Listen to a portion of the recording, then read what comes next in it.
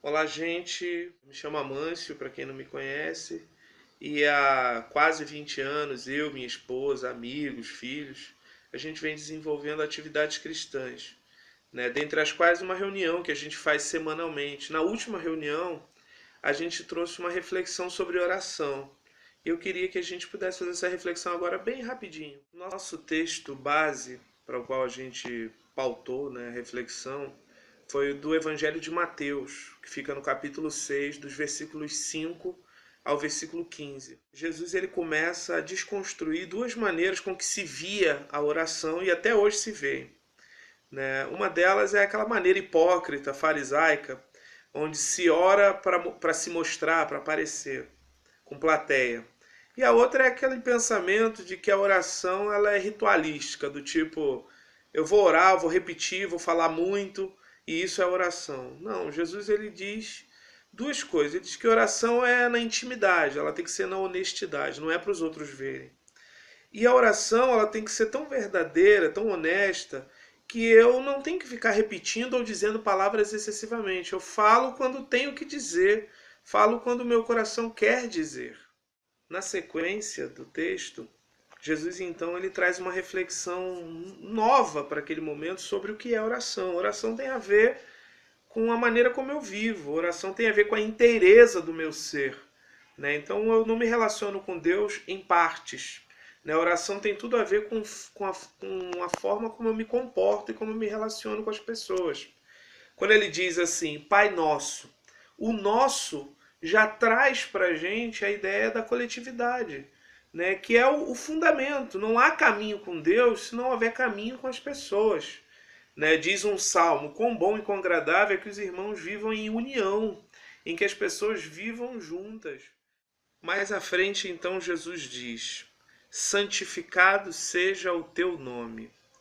Deus é santo. Deus ele não precisa ser santificado por ninguém.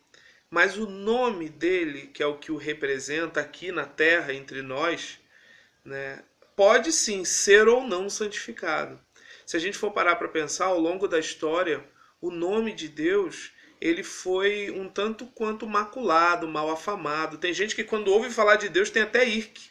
O nome de Deus às vezes é associado a preconceito, a violência, a ausência de diálogo, a racismo, discriminação, a isolamento, né? Então, o nome de Deus precisa sim ser santificado. A pergunta que fica então é qual? O que significa santificar o nome de Deus? Né? O texto, no seu prosseguimento, fala o seguinte: venha ao teu reino e seja feita a tua vontade na terra como no céu. Ou seja, Jesus está dizendo para a gente que na medida em que a gente permite que a vontade dele se cumpra em nossas vidas, na medida em que a gente permite em que o reino de Deus, que é um reino de valores, de princípios, de atitudes, se concretizem no nosso modo de ser e de viver, então o nome dele vai sendo santificado. O reino de Deus não é uma ditadura, né? E Deus não é um ditador, não é um déspota. Né? A vontade de Deus tem a ver com a liberdade. Diz a palavra que onde há o Espírito do Senhor, aí há liberdade. Então, se tem algo pelo qual Deus preza, é pela liberdade do ser humano e não pela opressão. Logo à frente, o texto vai dar continuidade a essa reflexão, quando diz para a gente, e aí eu digo que é o ponto alto do texto, a conclusão basicamente do texto, é de que o reino de Deus se estabelece em nós e a vontade de Deus se estabelece em nós quando a gente se dispõe a viver bem com as pessoas. Como eu falava no início, não há caminho com Deus se não houver caminho entre nós. Ele diz e repete em 2 versículos sobre a questão do perdão, sobre a questão da relação humana. Eu não me relaciono com Deus se eu não for capaz de me relacionar com as pessoas. Por vezes a gente veste uma capa de religiosidade tão dura, tão impenetrável, que a gente faz aqueles modelos lá iniciais de oração. A gente ora e diz para todo mundo que ora, para que todo mundo veja que a gente é santo, ou então a gente ora repetitivamente para se enganar, achando que isso é oração. Mas Jesus ele quebra esses modos de ver a oração e diz para a gente que orar é viver.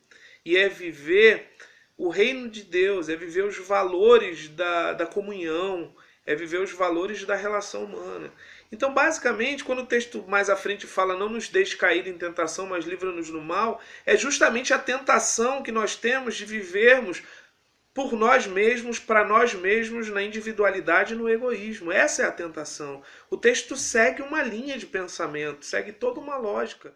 Se a gente não pensar nisso, se a gente não fizer essa inversão na nossa caminhada com Deus, a gente não vai nunca entender aquilo que Jesus ensina.